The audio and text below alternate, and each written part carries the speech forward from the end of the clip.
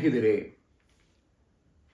സദൃശവാക്യങ്ങളുടെ ക്രമമായ പഠനത്തിൽ ഏർപ്പെട്ടിരിക്കുന്ന നാം ഇന്ന് അല്പസമയം ഒരുമിച്ച് ചിന്തിക്കുവാനായി സദൃശവാക്യങ്ങൾ 15-ാം അധ്യായം 33-ാമത്തെ വാക്യത്തിലേക്ക് നമ്മുടെ ശ്രദ്ധയെ തിരിക്കാം.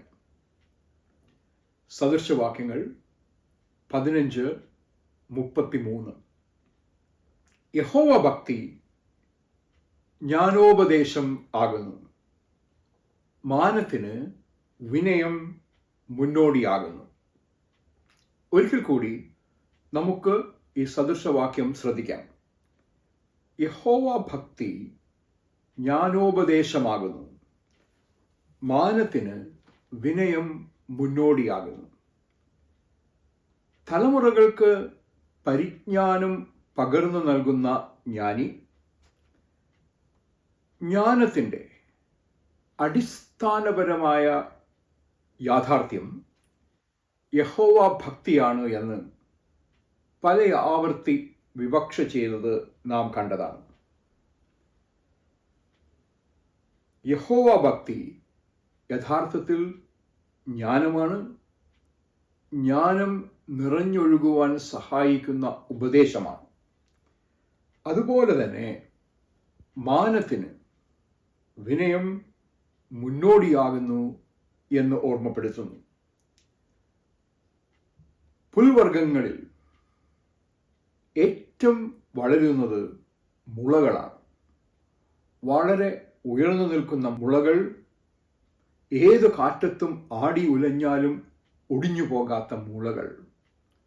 പക്ഷേ മുളകളെ നാം ശ്രദ്ധിക്കുമ്പോൾ അതിൻ്റെ ആദ്യ വളർച്ച താഴേക്കാണ്. വേരുകൾ, ആഴമേറിയ വേരുകൾ, വിശാലമായ അടിസ്ഥാനമൊരുക്കുന്ന വേരുകൾ, അത് മണ്ണിൽ വളരെ ഊഴ്ന്ന് ഇറങ്ങി ശക്തമായ ഒരു അടിത്തറ പാകിയതിനു ശേഷം മാത്രമാണ് ഉയരങ്ങളിലേക്ക് മുള വളരുന്നത്. വിനയത്തോടെ, വിനയത്തിൻ്റെ അടിസ്ഥാനത്തിൽ പണിയപ്പെടുന്നതിന് മാത്രമേ ഔന്നത്യവും മാനവും ലഭിക്കുകയുള്ളൂ എന്ന അതിശക്തമായ ഒരു സന്ദേശം കൂടി സദൃശവാക്യത്തിൽ നാം വായിക്കുന്നു. എന്താണ് ഈ മനോഹരമായ സദൃശവാക്യത്തിലൂടെ ജ്ഞാനി പറയുവാൻ ഉദ്ദേശിക്കുന്നത്? പലയാവർത്തി പറഞ്ഞതുപോലെ തന്നെ ജ്ഞാനത്തിൻ്റെ ആരംഭം യഹോവ ഭക്തിയാണ്. ദൈവഭക്തി, ജ്ഞാനത്തിൻ്റെ ഉറവിടവും സ്രോതസ്സുമായ ദൈവത്തെ ആരാധിക്കാൻ കഴിയുന്ന അനുഭവം, ആ ദൈവസന്നിധിയിൽ വിനയപ്പെടുവാൻ കഴിയുന്ന അനുഭവം, ആ ദൈവചരണങ്ങളിൽ പഠിക്കുവാൻ തയ്യാറാകുന്ന അനുഭവം, ആ ഭക്തിയുടെ സാന്ദ്രതയാണ്, ആ ഭക്തിയുടെ ആഴമാണ്, ആ ഭക്തിയുടെ വിനയഭാവമാണ് ജ്ഞാനത്തിൻ്റെ ആരംഭം എന്ന്, ജ്ഞാന ഉപദേശങ്ങളുടെ ആരംഭമെന്ന് ജ്ഞാനി ഇവിടെ വീണ്ടും വ്യക്തമാക്കുകയാണ്. ജീവിതത്തിൽ വ്യത്യസ്ത തലങ്ങളിൽ ശരിയായ തീരുമാനങ്ങൾ എടുക്കുവാൻ നമുക്ക് ഉപദേശങ്ങൾ അനിവാര്യമാണ്. എന്നാൽ യഹോവ ഭക്തിയുള്ള ഒരു വ്യക്തിക്ക് ദൈവ തിരുസന്നിധിയിൽ നിന്ന് ലഭിക്കുന്നത് ജീവിതത്തിന് വേണ്ടിയുള്ള ഉപദേശങ്ങളാണ്. പരിശുദ്ധാത്മാവിനെ കുറിച്ച് കർത്താവായ യേശുക്രിസ്തു പഠിപ്പിക്കുമ്പോൾ, പരിശുദ്ധാത്മാവ് നിങ്ങളുടെ മേൽ വരുമ്പോൾ അവിടെ സംഭവിക്കുന്നത് നീതിയെക്കുറിച്ചും ന്യായത്തെക്കുറിച്ചും ന്യായവിധിയെക്കുറിച്ചും ബോധ്യം വരുത്തുന്ന അനുഭവം. ഏതാണ് ശരിയായ വഴിയെന്ന്, ആ ശരിയായ വഴി തിരഞ്ഞെടുക്കേണ്ടതിൻ്റെ അനിവാര്യത എന്തെന്ന്, വഴി പതറിപ്പോയാൽ, വഴി തെറ്റിപ്പോയാൽ ഭവിഷ്യത്തുകൾ എന്ത് എന്ന് ദൈവത്തിൻ്റെ ആത്മാവ് ഓർമ്മപ്പെടുത്തുന്നത് പോലെ ഇവിടെ ഇതാ വളരെ വളരെ വ്യക്തമായി നാം കാണുന്നത് ദൈവത്തിൻ്റെ അടിസ്ഥാനപരമായ സാന്നിധ്യബോധം. ജ്ഞാനം, ജ്ഞാനബോധം അത് ദൈവഭയത്തിൽ നിന്ന് ഉരുത്തിരിയുന്നതും ജീവിത പന്ഥാവിൽ ശരിയായ ഉപദേശങ്ങളെ നമുക്ക് നൽകുന്നതുമാണ് എന്നുള്ളതാണ്. ജ്ഞാനം ഒരു വ്യക്തിയിൽ ഉറവയായി ഉണ്ടാകുന്ന ഒരനുഭവം മാത്രമല്ല, ജ്ഞാനം നേടിയെടുക്കേണ്ടതാണ്. ഒഴിഞ്ഞ പാത്രത്തിൽ ശുദ്ധജലം നിറയ്ക്കുവാൻ നമുക്ക് കഴിയുന്നത് പോലെ തന്നെ ജ്ഞാനം, ജ്ഞാനോപദേശം ദൈവഭയത്തോടെ, ദൈവാശ്രയത്തോടെ വിനയപ്പെടുന്ന അനുഭവങ്ങളിൽ ഉണ്ടാകും എന്നുള്ള ഓർമ്മപ്പെടുത്തലാണ് ജ്ഞാനി ഇവിടെ ഓർമ്മപ്പെടുത്തുന്നത്. ഒരു വ്യക്തിയുടെ ജീവിതത്തിൽ മാനം ലഭിക്കുവാനായി പല സാധ്യതകളുണ്ട്. താൻ തൊഴിൽ ചെയ്യുന്ന മേഖലയിൽ മാനം ലഭിക്കുന്നവരുണ്ടാകാം, വിദ്യാഭ്യാസ മേഖലയിൽ മാനം ലഭിക്കുന്നവരുണ്ടാകാം, വ്യക്തിപരമായ നേട്ടങ്ങളിൽ മാനം ലഭിക്കുന്നവരുണ്ടാകാം, ദേശത്തിന് വേണ്ടിയുള്ള നേട്ടങ്ങളിൽ മാനം ലഭിക്കുന്നവരുണ്ടാകാം. എന്നെ ഇവിടെ ജ്ഞാനി ഓർമ്മപ്പെടുത്തുന്ന വലിയൊരു സത്യമുണ്ട്. ജ്ഞാനത്തിന്, മാനത്തിന് രണ്ടിനും അടിസ്ഥാനം വിനയമാണ്, താഴ്മയാണ് എന്നുള്ളതാണ്. താഴ്മ ഉള്ളിടങ്ങളിൽ, വിനയം ഉള്ളിടങ്ങളിൽ മാനം സ്വാഭാവികമായി കടന്നു വരുന്നുവെന്ന് ജ്ഞാനി ഓർമ്മപ്പെടുത്തുകയാണ്. ദൈവ തിരുസന്നിധിയിൽ മാനം എന്ന് പറയുന്നത് ഒരുപക്ഷെ ഭൂമിയിൽ നാം മാനം എന്ന് പറയുന്നവയാകണമെന്നില്ല. യഥാർത്ഥത്തിൽ ദൈവ തിരുസന്നിധിയിൽ മാനിക്കപ്പെടുന്ന വിശുദ്ധിയുടെ അനുഭവം അത് വിനയത്തിൽ നിന്നും ഉരുത്തിരിഞ്ഞു വരുന്ന യാഥാർത്ഥ്യമാണ് എന്ന ഓർമ്മപ്പെടുത്തൽ. ഭക്തിയും വിനയവും ഒത്തുചേരുന്നിടത്താണ് ജ്ഞാനത്തിൻ്റെ നിറഞ്ഞൊഴുക്ക് എന്ന് ജ്ഞാനി ഓർമ്മപ്പെടുത്തുകയാണ്. ജ്ഞാനസമ്പാദനം, ജ്ഞാനോപദേശം ഒരു ജീവിതകാലം മുഴുവനും നമ്മോടൊപ്പമുള്ളൊരു യാഥാർത്ഥ്യമാണ്.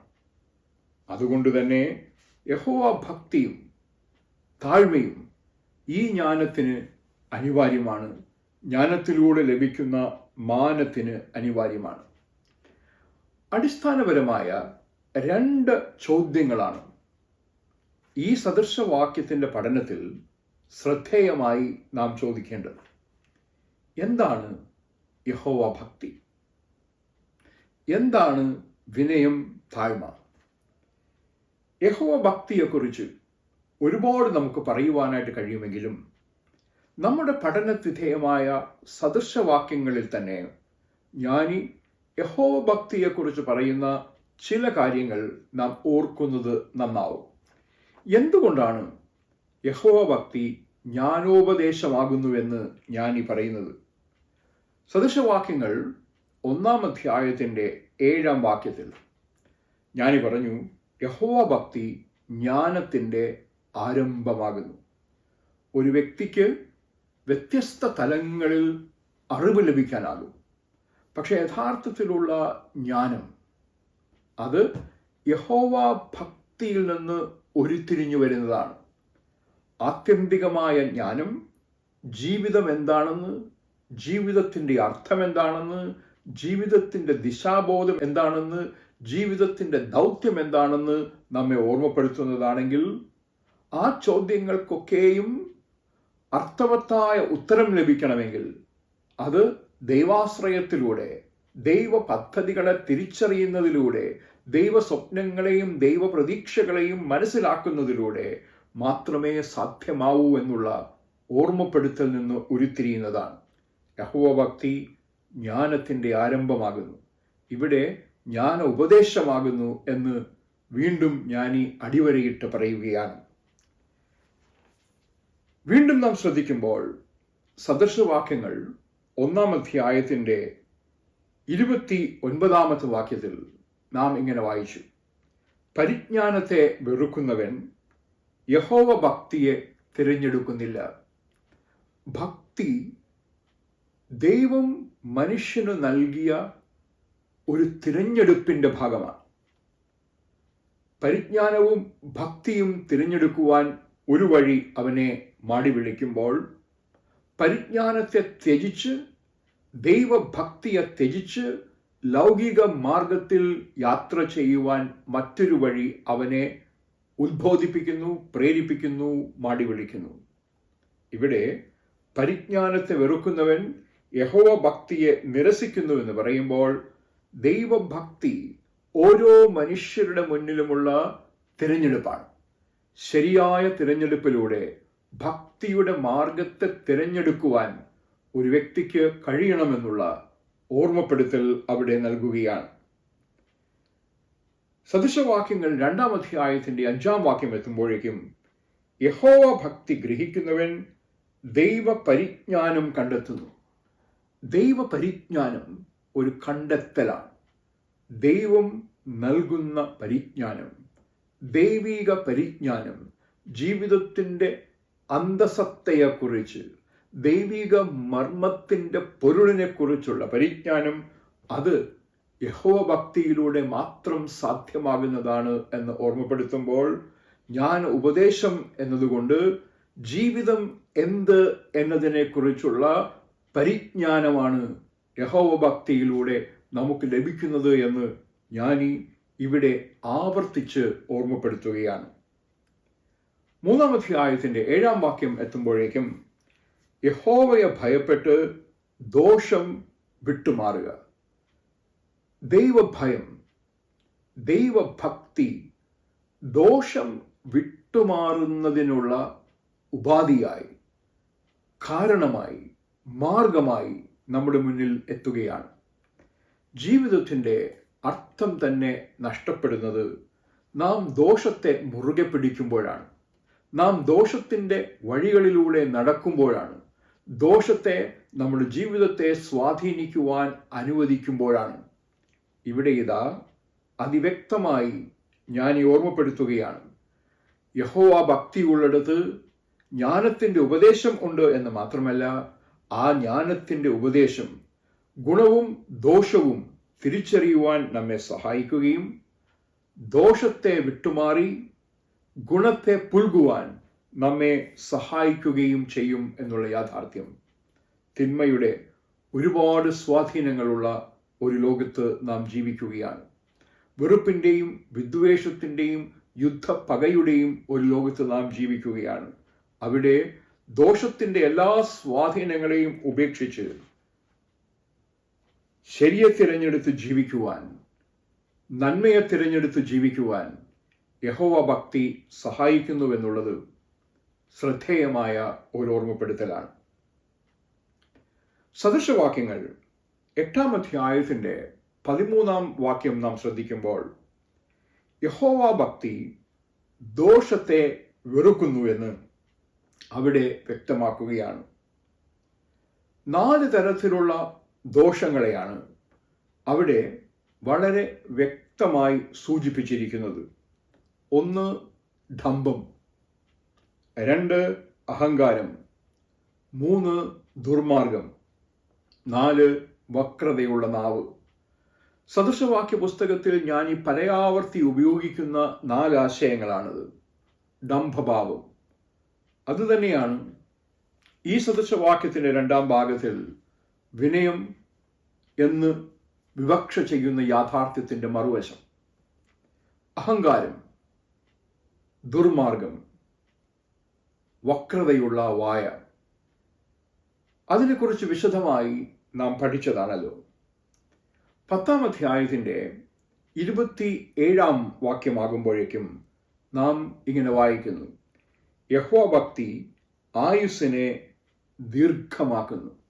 ദീർഘായുസ് കൊണ്ട് തൃപ്തി വരുത്തുന്ന ഒരു ദൈവത്തെക്കുറിച്ച് വളരെ വളരെ വ്യക്തമായി വേദപുസ്തകം സൂചിപ്പിക്കുമ്പോൾ, ദൈവഭക്തി യഥാർത്ഥത്തിൽ ദീർഘായുസ്സിന് നിദാനമായി മാറുന്നുവെന്നും വചനം നമ്മെ ഓർമ്മപ്പെടുത്തുന്നു. എന്താണ് യഹോവ ഭക്തി നമുക്ക് നൽകുന്ന ജ്ഞാനോപദേശം? സദൃശവാക്യങ്ങൾ 14-ാം അധ്യായത്തിന്റെ 2-ാം വാക്യം പഠിച്ചപ്പോൾ നാം കണ്ടു, നേരായി നടക്കുന്നവനാണ് യഹോവ ഭക്തൻ. യഹോവ ഭക്തന്റെ മുന്നിൽ നാം നേരത്തെ കേട്ടതുപോലെ പല മാർഗങ്ങളുമുണ്ട്. അതിൽ തീർച്ചയായും നേരിനെ തിരഞ്ഞെടുക്കുകയും നേരിൻ്റെ വഴികളിലൂടെ യാത്ര ചെയ്യുകയും ചെയ്യുന്നവനാണ് യഹോവ ഭക്തൻ. സദൃശവാക്യങ്ങൾ 14 അധ്യായത്തിൻ്റെ 26 വാക്യത്തിൽ നാം ഇങ്ങനെ വായിക്കുന്നു: യഹോവ ഭക്തന് ദൃഢധൈര്യമുണ്ട്, അവൻ്റെ മക്കൾക്ക് ശരണമുണ്ടാകും. ഭക്തിയുടെ ജ്ഞാനോപദേശത്തിൻ്റെ 2 അടിസ്ഥാനപരമായ അനുഗ്രഹങ്ങൾ ഇവിടെ ജ്ഞാനി രേഖപ്പെടുത്തുകയും വിവക്ഷ ചെയ്യുകയും ചെയ്യുന്നു. അത് ഒന്ന് ദൃഢധൈര്യം എന്നുള്ളതാണ്. ഏത് ജീവിത സാഹചര്യങ്ങളെയും നേരിടുവാനുള്ള ധൈര്യം, ഏത് വെല്ലുവിളികളെയും നേരിടുവാനുള്ള ധൈര്യം. പുതിയ നിയമത്തിൽ നാം വായിക്കുന്നത് പോലെ, പഴയ നിയമത്തിൽ നാം കാണുന്നത് പോലെ, നമ്മോട് കൂടെയുള്ളവൻ അവരോട് കൂടെയുള്ളവരെക്കാൾ അധികം എന്നുള്ള ഉത്തമമായ ബോധ്യമാണ് യഹോഭക്തി നമുക്ക് നൽകുന്നതായിട്ടുള്ള ധൈര്യം. മക്കൾക്ക് ശരണമുണ്ടാകും. തന്നെ ഭക്തിയോടെ ആരാധിക്കുന്ന ആരുടെയും മക്കളെ കൈവിട്ടു കളയാത്ത ഒരു ദൈവം നമുക്കുണ്ട്. നിങ്ങളുടെ മക്കൾക്ക് നല്ല ദാനങ്ങളെ കൊടുക്കുവാൻ നിങ്ങൾക്കറിയാമെങ്കിൽ സ്വർഗസ്ഥനായ നിങ്ങളുടെ പിതാവിന് എത്രയധികം എന്നുള്ള ഓർമ്മപ്പെടുത്തലാണ് ഇവിടെ നാം ശ്രദ്ധിക്കേണ്ടത്.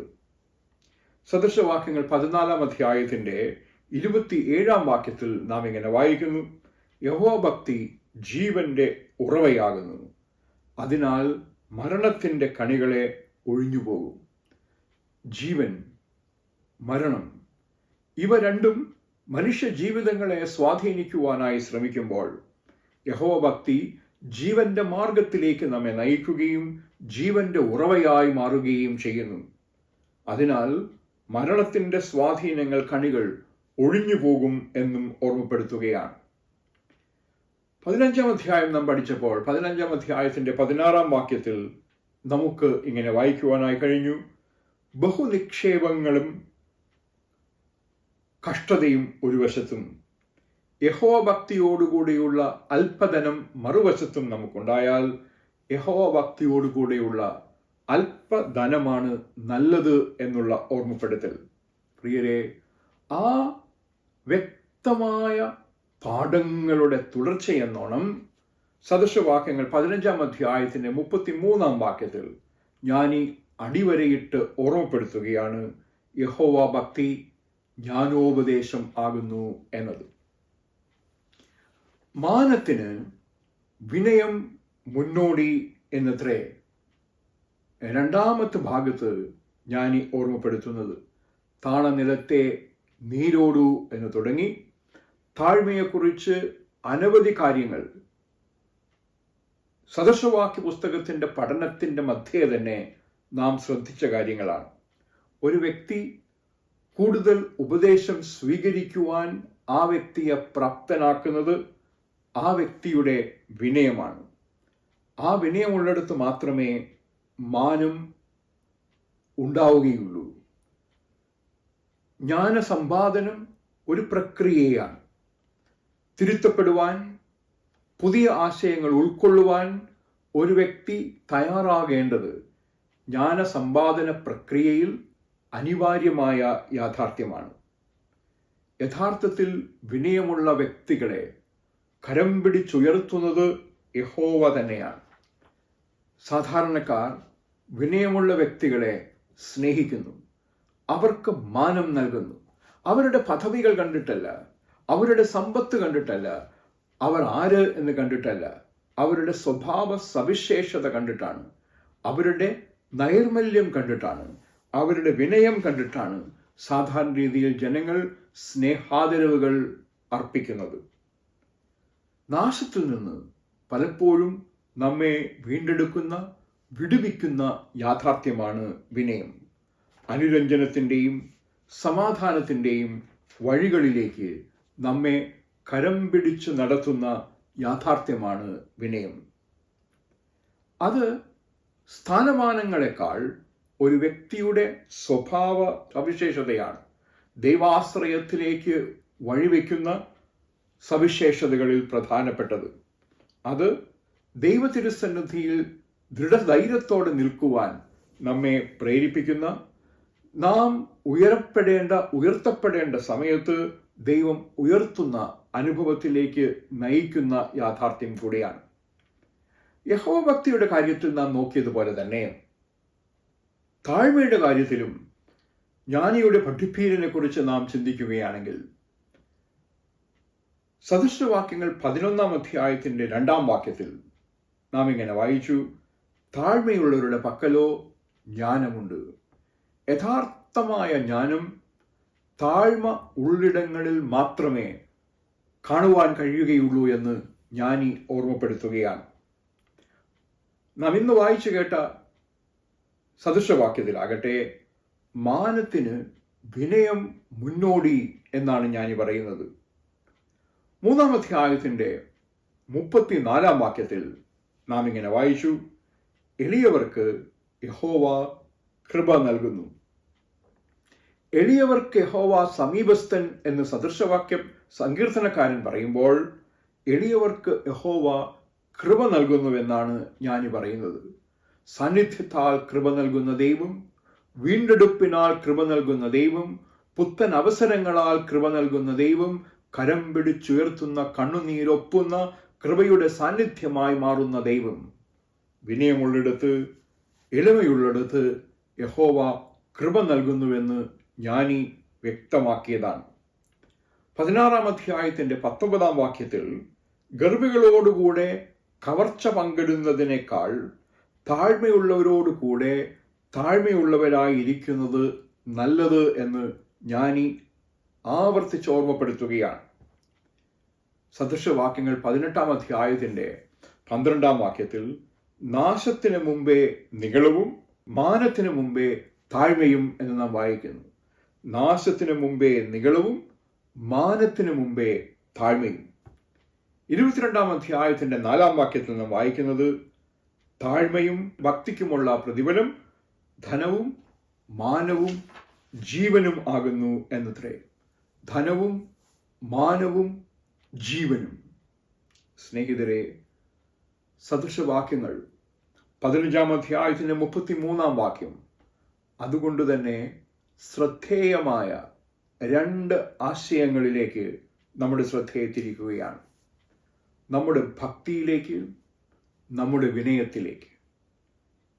കർത്താവായ യേശുക്രിസ്തുവിനെ കുറിച്ച് ഫിലിപ്പി ലേഖനം 2-ാം അധ്യായത്തിൽ നാം വാഴ്ത്തുമ്പോൾ, സ്വർഗത്തിലെ സകല മഹിമയും വെടിഞ്ഞ് ഒരു സാധാരണക്കാരനായി വരുന്ന, തന്നെത്താൻ താഴ്ത്തി ശൂന്യതയുടെ സ്വയശൂന്യവൽക്കരണത്തിന്റെ മനോഹരമായ ചിത്രം വരച്ചു കാട്ടുന്ന കൽവരിയിലെ സ്വയശൂന്യവൽക്കരണത്തിന്റെ ആഴങ്ങളിലാണ്, ആ താഴ്മയുടെ അന്തസത്തയിലാണ് മാനം എന്ന വലിയ ഓർമ്മപ്പെടുത്തൽ നാം കാണുന്നത്.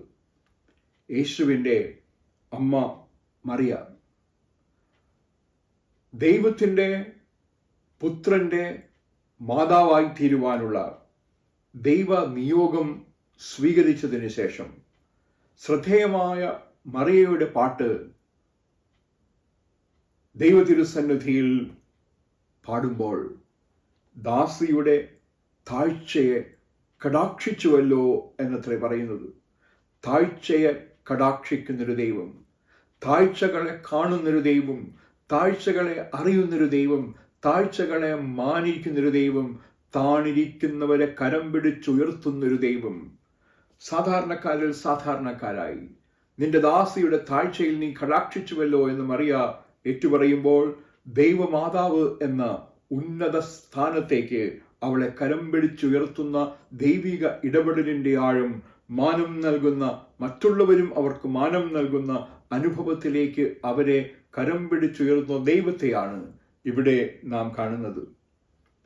യോഹന്നാൻ സ്നാപകൻ കർത്താവായ യേശുക്രിസ്തു സ്വർഗത്തിൽ അവന്റെ യാഥാർത്ഥ്യങ്ങളെക്കുറിച്ച് പറയുന്ന അനുഭവത്തിൽ ഏറ്റവും ശ്രേഷ്ഠൻ എന്ന് പറയുമ്പോഴും, സ്ത്രീകളിൽ ജനിച്ചവരിൽ അവനേക്കാൾ ശ്രേഷ്ഠനില്ല എന്ന് ഓർമ്മപ്പെടുത്തുമ്പോഴും, യോഹന്നാന്റെ സാക്ഷ്യം, യോഹന്നാന്റെ സുവിശേഷം 3-ാം അധ്യായത്തിന്റെ 30-ാം വാക്യത്തിൽ നിന്ന് വായിക്കുന്നത്, നീയോ വളരേണം, ഞാനോ കുറയണം എന്നത്രേ.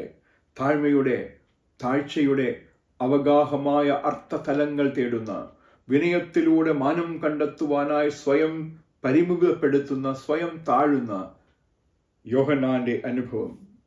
മത്തായിയുടെ സുവിശേഷം 8-ാം അധ്യായത്തിന്റെ 8-ാം വാക്യത്തിൽ ശതാധിപനായൊരു മനുഷ്യൻ അവന്റെ ബാല്യക്കാരന് സുഖമില്ലാതിരിക്കുന്ന അവസ്ഥയിൽ സൗഖ്യം തേടി യേശുവിന്റെ തിരുസന്നിധിയിലേക്ക് ചെല്ലുന്നൊരു ചിത്രം നാം കാണുകയാണ്. അവിടെ വിനയത്തിന്റെ ഒരു വലിയ ചിത്രം നാം കാണുന്നത്. അവൻ പറയുകയാണ്, നീ എൻ്റെ പുരയ്ക്കകത്ത് വരുവാൻ ഞാൻ യോഗ്യനല്ല. ഒരു വാക്ക് കൽപ്പിച്ചാൽ മതി എൻ്റെ ബാല്യക്കാരന് സുഖം വരുവാൻ. ഒരു വാക്ക് കൽപ്പിച്ചാൽ മതി, നീ എൻ്റെ പുരയ്ക്കകത്ത് വരുവാൻ ഞാൻ യോഗ്യനല്ല എന്ന് പറയുന്ന ആ വിനയം അവൻ്റെ മാനത്തിന് കാരണമായി തീരുന്ന അനുഭവം. ശതാധിപനും പരീശനും പാപിയും പ്രാർത്ഥിക്കുവാൻ പോയപ്പോൾ സ്വയം നീതീകരണത്തിൻ്റെ ഒരു അനുഭവത്തിൽ പരീശൻ ദേവാലയ മുറ്റത്ത് നിൽക്കുമ്പോൾ ദൂരെ മാറി നിന്നുകൊണ്ട് പാപിയായ മനുഷ്യന്റെ പ്രാർത്ഥന, പാപിയായ എന്നോട് കരുണ ചെയ്യണമേ എന്ന പ്രാർത്ഥന, ആ പ്രാർത്ഥന വിനയത്തിൻ്റെ പ്രാർത്ഥനയായിരുന്നു. ആ പ്രാർത്ഥന ദൈവം മാനിച്ച ഒരു പ്രാർത്ഥനയായിരുന്നു. ദൈവ തിരുസന്നിധിയിൽ മാനിക്കപ്പെട്ട പ്രാർത്ഥന. പൗലോസ് അപ്പോസ്തലരിൽ ഏറ്റവും ചെറിയവനെന്ന്, അവന്റെ കുലം യാക്കോബിന്റെ മക്കളുടെ കുലങ്ങളിൽ ഏറ്റവും ചെറുതെന്ന് സ്വയം സമ്മതിക്കുന്ന അനുഭവം. എത്രയെത്ര അനുഭവങ്ങൾ ദാവീദ് രാജാവ് മുതൽ ഇങ്ങോട്ട് വിനയത്തിൻ്റെയും താഴ്മയുടെയും അനുഭവങ്ങൾ നമുക്ക് കാണുവാനായിട്ട് കഴിയും. എവിടെ വിനയമുണ്ടോ അവിടെയൊക്കെ മാനം ഉള്ളതായി നമുക്ക് കാണുവാനായിട്ട് കഴിയും. ഇവിടെ ഇതാ സദൃശവാക്യത്തിൻ്റെ 15-ാം അധ്യായം 33-ാം വാക്യത്തിൽ ജ്ഞാനി മക്കൾക്ക് പകർന്നു നൽകുന്ന വലിയ അറിവ് ഇതാണ്: യഹോവ ഭക്തി അത് ജ്ഞാനോപദേശമാകുന്നു. ഭക്തിയുള്ളവരായിരിപ്പിൻ.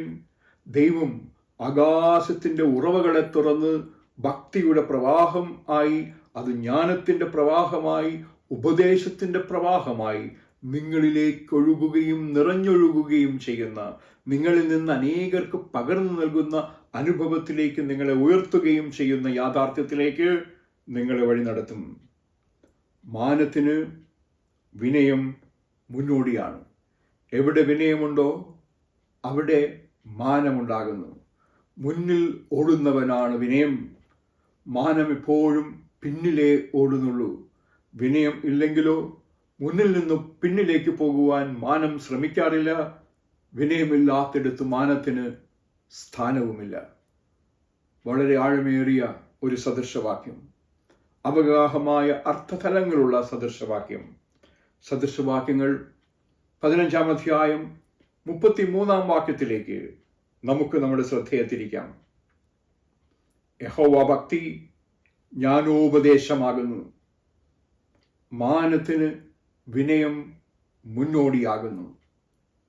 ഇതിലും ആഴമേറിയ അർത്ഥതലങ്ങളുള്ള ഈ സദൃശവാക്യത്തിൻ്റെ നാം ഇന്നും തേടുവാൻ കഴിയാത്ത പൊരുളുകൾ തിരിച്ചറിയുവാൻ സർവജ്ഞാനത്തിൻ്റെയും ഉറവിടമായ സ്വർഗീയ ദൈവം എനിക്കും നിങ്ങൾക്കും വിനയവും വിവേകവും നൽകുമാറാകട്ടെ. ആമേൻ.